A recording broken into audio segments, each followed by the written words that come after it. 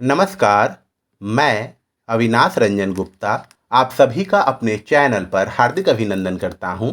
आज के इस वीडियो में हम लोग सुदामा पांडेय धूमिल की एक कविता घर में वापसी का संपूर्ण अध्ययन करने वाले हैं। ये कविता आपके दिलों को छू जाएगी तथा कविता लिखने की नई विधि से आपको परिचित करा जाएगी। ये कविता आपको सीबीएसई की कक्षा 11वीं के हिंदी ऐच्छिक पाठ्यक्रम में प्राप्त होगी।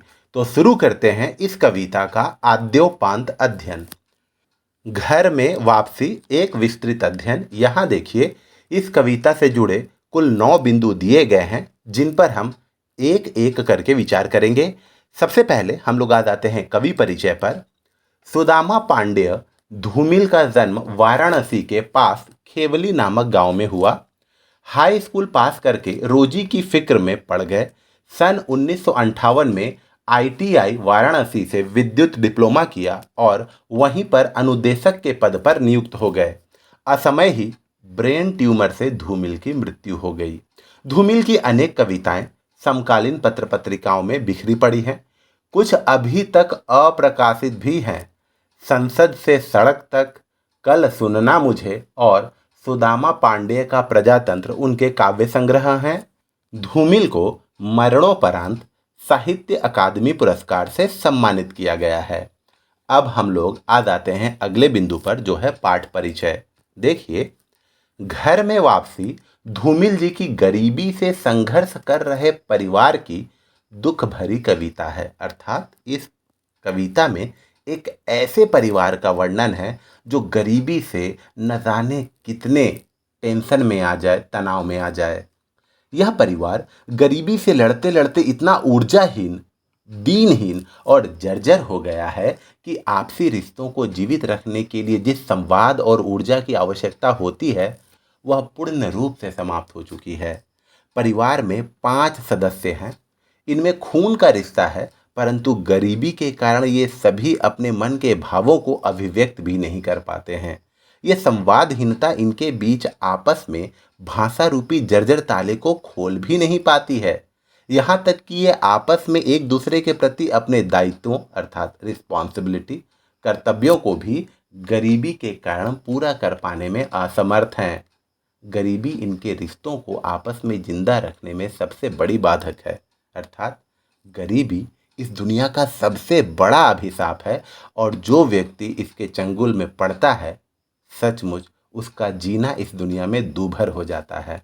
अब हम लोग आ जाते हैं अगले बिंदु की तरफ, जो है इस कविता का मूल भाव क्या है। देखिए, यह कविता गरीबी से संघर्ष करते हुए एक परिवार की व्यथा कथा है।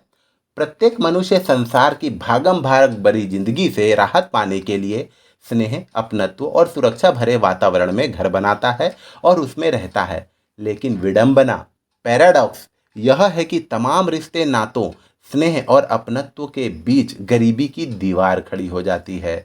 गरीबी से लड़ते लड़ते अब इतनी भी ताकत नहीं रही कि रिश्तों में मधुरता लाने के लिए कोई चाबी बनाई जाए जो इस जटिल ताले को खोल सके, जो इनकी गरीबी को दूर कर सके, जो इनकी संवादहीनता को दूर कर सके।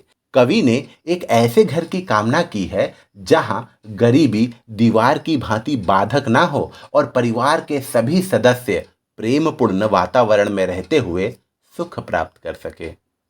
ये है इस कविता का मूल भाव। अब हम लोग आ जाते हैं अगले बिंदु की तरफ। पंक्तियां 1। देखिए, ये पंक्तियां 1 है, मुक्त छंद में लिखी हुई है। मेरे घर में 5 जोड़ी आंखें हैं। 5 जोड़ी आंखें अर्थात 5 सदस्य हैं। माँ की आंखें पड़ाव से पहले ही तीर्थ यात्रा की बस के 2 पंचर पहिए हैं। अर्थात इनकी माँ की आंखें वृद्धावस्था तक पहुँचते पहुँचते रोशनी खो चुकी हैं। पिता की आंखें लोह साए की ठंडी सलाखें हैं। अर्थात पिता की जो आंखें हैं वो लोहे के भट्टी में जब आग शिथिल पड़ जाती है और उन लोहों की सलाखों में जब लालिमा नहीं रहती है वैसी शांत है। बेटी की आंखें मंदिर में दीवट पर जलते घी के 2 दिए हैं। अर्थात जो उसकी बेटी की आंखें हैं वो बहुत सुंदर हैं और ईश्वर से कामना करती हुई नजर आती है कि अब हमारे दुखों का अंत हो जाना चाहिए। पत्नी की आंखें आंखें नहीं, हाथ हैं जो मुझे थामे हुए हैं, अर्थात पत्नी की आंखें हाथ के समान काम कर रही है जो हर दुख सुख की स्थिति में इनका हाथ थामे हुए हैं। वैसे हम स्वजन हैं, करीब हैं, बीच की दीवार के दोनों ओर, क्योंकि हम पेशेवर गरीब हैं, अर्थात ऐसे तो इनमें ब्लड रिलेशन है, खून का रिश्ता है, लेकिन ये खून का रिश्ता जो है वो गरीबी की दीवार के कारण एक दूसरे से दूर हो गया है। शब्दार्थ देख लीजिए, कठिन शब्दों के सरल अर्थ यहाँ दिए गए हैं। अब हम लोग आ जाते हैं संदर्भ पर। तो प्रस्तुत पंक्तियां हिंदी साहित्य की नई कविता के प्रमुख हस्ताक्षर सुदामा पांडे धूमिल की कविता घर में वापसी से अवतरित है। प्रसंग, प्रस्तुत पंक्तियां कविता घर में वापसी से अवतरित है। इसके रचयिता कवि सुदामा पांडे धूमिल हैं। इन पंक्तियों में गरीबी से संघर्ष करते एक परिवार के 5 सदस्यों का चित्रण है। देखिए व्याख्या, कवि के घर में 5 आंखें हैं, अर्थात 5 सदस्य हैं। माँ की आंखें तीर्थ यात्रा में जाने वाले बस की उन 2 पहियों के समान हैं जो अपनी मंजिल पर पहुंचने से पहले ही पंक्चर हो गए हैं, अर्थात जीवन का आखिरी पड़ाव आने से पूर्व ही माँ अपनी आंखों की रोशनी खो बैठी है। इनकी माँ की दिली इच्छा थी कि वह चारों धामों की यात्रा करे, ईश्वर के दर्शन करे, लेकिन बेचारी उस बुढ़िया की आंखों की रोशनी ही चली गई। पिता की आंखें गरीबी के कारण ऐसे तेजहीन हो गई हैं जैसे ईंधन के अभाव से लोहे की भट्टी की ठंडी सलाखें हो, अर्थात पिताजी की आंखें निस्तेज हो चुकी हैं। पुत्री की आंखें मंदिर के दीवट पर जलने वाले घी के 2 दीपकों के समान हैं, अर्थात उसकी दीपक रूपी आंखें ईश्वर से मूक प्रार्थना करती है कि उनके जीवन में खुशहाली आए। कवि अपनी पत्नी की आंखों को आंखें न मानकर उन्हें 2 हाथ मानता है, जो कि कवि के जीवन के सुख दुख की सहभागी हैं। गरीबी में भी वह अपने पति का हृदय से साथ देती है। यह गरीबी की दीवार वर्षों से हमारे बीच है, क्योंकि हम सदियों से गरीबी का जीवन जी रहे हैं, इसलिए हम पेशेवर गरीब है। We are professionally poor. अब आ जाते हैं विशेष पर। देखिए, पड़ाव से पहले पंचर पहिए पवर्ण की आवृत्ति के कारण अनुप्रास अलंकार है। उपमानों में सर्वथा नवीनता है। भाषा देशज शब्दों से युक्त खड़ी बोली है। रस जो है करुण रस है, अर्थात दुख से भरा है। छंद मुक्तक छंद है और गुण जो है वो माधुर्य है। तो इस तरीके से हम लोगों ने पहली पंक्तियों का अध्ययन कर लिया। अब आ जाते हैं पंक्तियां नंबर 2 पर। रिश्ते हैं लेकिन खुलते नहीं हैं, और हम अपने खून में इतना भी लोहा नहीं पाते कि हम उससे एक ताली बनवाते, अर्थात उससे एक चाबी बनवाते और भाषा के भुन्ना सी ताले को खोलते। भाषा की भुन्ना अर्थात आपसी संवाद में जो भुन्ना सी अर्थात जो जंग लग गई है उस ताले को खोलते। रिश्तों को सोचते हुए आपस में प्यार से बोलते, कहते ये पिता हैं, यह प्यारी माँ है, यह मेरी बेटी है। पत्नी को थोड़ा अलग करते, तू मेरी हमसफ़र है। हम थोड़ा जोखिम उठाते, दीवार पर हाथ रखते और कहते यह मेरा घर है। अब हम लोग आ जाते हैं कठिन शब्दों के सरल अर्थ पर। यहाँ देखिए, संदर्भ, संदर्भ पूर्ववत ही है। प्रस्तुत पंक्तियां हिंदी साहित्य की नई कविता के प्रमुख हस्ताक्षर सुदामा पांडे धूमिल की कविता घर में वापसी से अवतरित है। प्रसंग, प्रस्तुत पंक्तियों में कवि धूमिल एक गरीबी से जूझते परिवार का चित्र खींचते हैं जहां गरीबी आपसी रिश्तों में बाधक है। कवि के अनुसार गरीबी रिश्तों की गर्माहट को महसूस ही नहीं होने देती। अपनी बात को आगे बढ़ाते हुए कवि कहते हैं कि व्याख्या, प्रस्तुत पंक्तियों में कवि यह बताना चाहते हैं कि यद्यपि हमारा परिवार गरीब है, तथापि हम स्वजन हैं, अर्थात हम खून के संबंध से जुड़े हुए हैं। हमारे रिश्ते मधुर हैं। आज भी गरीबी होने के बावजूद हम सभी में आत्मीयता बनी हुई है, परंतु फिर भी हमारे रिश्तों के बीच गरीबी की दीवार है, जिसके कारण हम आपस में अपने मनोभावों को अभिव्यक्त भी नहीं कर पाते हैं।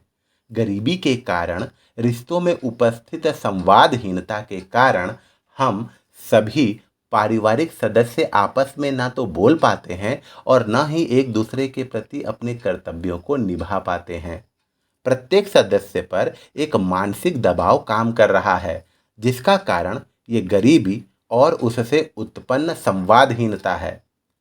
यह गरीबी परिवार को विरासत में मिली है। वे जन्मजात गरीब हैं। परिवार का कोई भी सदस्य अपने विचारों को इसी कारण प्रकट नहीं करता क्योंकि वे सभी आपस में एक दूसरे की मजबूरी समझते हैं। आपसी रिश्तों की ऊर्जा व गर्मी बिल्कुल समाप्त हो गई है। कवि कहते हैं कि हमारी आपसी रिश्तों में इतनी भी ऊर्जा नहीं बची जिससे कि इनके बीच जंग खाई भाषा रूपी ताले को खोला जा सके, अर्थात ये आपस में संवाद की परंपरा को शुरू कर सके। ये कह सकें कि ये मेरे पिता है, ये मेरी प्यारी माँ है, ये मेरी बेटी है, और पत्नी को सगर्व कह सकें कि ये मेरी हमसफ़र हैं। हमें थोड़ा साहस करके यह कहना चाहिए कि ये मेरा घर है, पर हम कह नहीं पा रहे हैं और इसका एकमात्र कारण है दरिद्रता, गरीबी। विशेष भाषा देशज से युक्त खड़ी बोली है, करुण रस है, मुक्त छंद का प्रयोग है, गुण जो है माधुर्य है, दीवार के दोनों में अनुप्रास अलंकार है, भाषा के भुन्नासी में उपमा अलंकार है।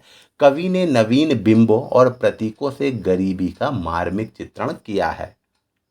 तो इस तरीके से हम लोगों ने पंक्तियां नंबर 2 भी पूरी की। अब हम लोग आ जाते हैं अगले बिंदु पर, जो है काव्य सौंदर्य। देखिए, काव्य सौंदर्य के दो पक्ष होते हैं, कला पक्ष और भाव पक्ष। अगर एग्जाम में सवाल आता है कि सुदामा पांडे धूमिल की घर में वापसी कविता का काव्य सौंदर्य लिखिए, तो पहले आप उसका कला पक्ष और दूसरा भाव पक्ष लिखिएगा। अभी हम लोग कला पक्ष देखते हैं। कवि ने प्रतीकात्मकता और लाक्षणिकता से युक्त खड़ी बोली का प्रयोग किया है, क्योंकि प्रतीकों के प्रयोग से इन्होंने अपने परिवार के सदस्य को दर्शाया है। भाषा में करीब, गरीब आदि उर्दू शब्दों के प्रयोग से व्यवहारिकता आ गई है। भाषा में चित्रात्मकता का समावेश है। मुक्त छंद में लिखी गई कविता है। सर्वथा नवीन उपमानों का प्रयोग किया गया है, एग्जाम्पल्स का प्रयोग किया गया है। पंचर पहिए पड़ाव से पहले भाषा के भुन्नासी में अनुप्रास अलंकार है। भाषा का भुन्नासी ताला बड़ा ही सुंदर रूपक है, मेटाफर है। जोखिम उठाना मुहावरे का सटीक प्रयोग है। मुक्त छंद का प्रयोग किया गया है इसमें। काव्य सौंदर्य, भाव पक्ष। देखिए, प्रस्तुत कविता में कवि ने गरीबी की विवशता भरी जिंदगी का सजीव चित्र प्रस्तुत किया है। गरीबी के कारण परिवार में आए बिखराव और अलगाव का भावपूर्ण चित्र उपस्थित किया गया है। कवि के हृदय में गरीबी के कारण आए बिखराव को जोड़ने की तीव्र इच्छा है। तो ये था इसका भाव पक्ष। अब हम लोग आ जाते हैं प्रश्न अभ्यास पर। देखिए, घर एक परिवार है। परिवार में 5 सदस्य हैं, किंतु कवि 5 सदस्य नहीं, उन्हें 5 जोड़ी आंखें मानता है, क्योंकि उनमें अपनत्व, स्नेह और ममता खत्म हो चुकी है। वे अपनी आंखों से एक दूसरे को देखते तो हैं, लेकिन उसमें प्रेम भाव की कमी होती है। वो शब्दों का प्रयोग नहीं करते, केवल आंखों से ही अपनी बेबसी और लाचारी व्यक्त करते हैं। क्वेश्चन नंबर 2, पत्नी की आंखें आंखें नहीं हाथ हैं जो मुझे थामे हुए हैं, से कवि का क्या अभिप्राय है? देखिए, इससे कवि यह कहना चाहते हैं कि उसकी पत्नी ने हर स्थिति में उसका साथ दिया है। विकट से विकट परिस्थिति में भी हाथ थाम कर रखा है। आज भले ही स्थिति जो भी हो, लेकिन उनके और उनकी पत्नी के बीच बड़ा ही गहरा और सौहार्दपूर्ण संबंध है। वैसे हम स्वजन हैं, करीब हैं, क्योंकि हम पेशेवर गरीब हैं, से कवि का क्या आशय है? अगर अमीर होते तो क्या स्वजन और करीब नहीं होते? इसके माध्यम से कवि यह कहना चाहते हैं कि गरीबों में प्रेम तथा अपनेपन का भाव तो होता है। वे सचमुच एक दूसरे से दिल के रिश्ते से जुड़े होते हैं। वे एक दूसरे की भावनाओं को समझते हैं, या फिर गरीबी के कारण एक दूसरे के साथ जुड़े रहते हैं, अलग नहीं होते। हाँ, अगर अमीर होते तो शायद स्वजन और करीब नहीं होते, क्योंकि अमीरी में व्यक्ति धन के नशे में रिश्ते नातों को और अपनत्व को भूल जाता है। तो ऐसा भी हो सकता है। अच्छा, चौथा प्रश्न है, रिश्ते हैं लेकिन खुलते नहीं। कवि के सामने ऐसी कौन सी व्यवस्था है जिससे आपसी रिश्ते भी नहीं खुलते हैं? देखिए, रिश्तों के न खुलने का कारण है दरिद्रता, निर्धनता। निर्धनता के कारण ही घर के लोग एक दूसरे से खींचे खींचे अलग अलग रहते हैं। वे खुलकर बातें भी नहीं कर पाते हैं। आर्थिक दबाव पारिवारिक रिश्तों की मधुरता को समाप्त कर देती है। सभी एक दूसरे से नजरें बचाते फिरते हैं। आत्मीय होते हुए भी वे आपस में खुलकर अपने भावों की अभिव्यक्ति नहीं कर पाते। इसीलिए कवि ने ऐसा कहा है। अब हम लोग आ जाते हैं बहुविकल्पीय प्रश्नों पर। देखिए, धूमिल का पूरा नाम क्या है? सुदामा पांडे धूमिल। जलते घी के दो दिए से कवि का क्या आशय है? कवि का आशय है उम्मीद से। धूमिल किस काव्यधारा के कवि है? तो प्रगतिवादी भी है, प्रयोगवाद भी है और नई कविता के तो हैं ही। पत्नी की आंखें आंखें नहीं हाथ क्यों है? देखिए, विकट परिस्थिति में संबल अर्थात हर स्थिति में वो अपने पति का साथ देती है। जोखिम उठाना का क्या अर्थ है? साहस करना। पंचर पहिए में कौन सा अलंकार है? प वर्ण की आवृत्ति है तो अनुप्रास अलंकार है। भुन्ना सी भाषा में कौन सा अलंकार है? भुन्ना सी भाषा। कैसी भाषा? भुन्ना सी भाषा, तो इसमें उपमा अलंकार है। पिता की आंखों की तुलना किससे की गई है? लोह साए की ठंडी सलाखों से की गई है। तो इस तरीके से हम लोगों ने बहुविकल्पीय प्रश्नों का उत्तर कर लिया। अब हम लोग आ जाते हैं कुछ ऐसे प्रश्नों पर जो अभ्यास प्रश्न हैं और इसे आपको करने हैं। यहाँ केवल 4 ही अभ्यास प्रश्न दिए गए हैं और अगर आपने इन अभ्यास प्रश्नों को कर लिया तो समझ लीजिए कि आपने इस कविता को बहुत ही अच्छे और गहराई से समझा है। तो इसी तरीके से हम लोग आ गए हैं अपने वीडियो के समापन पर। उम्मीद करता हूं कि आपको मेरा ये वीडियो ज़रूर अच्छा और इन्फॉर्मेटिव लगा होगा। हम पुनः मिलेंगे किसी अगले वीडियो में। तब तक के लिए धन्यवाद।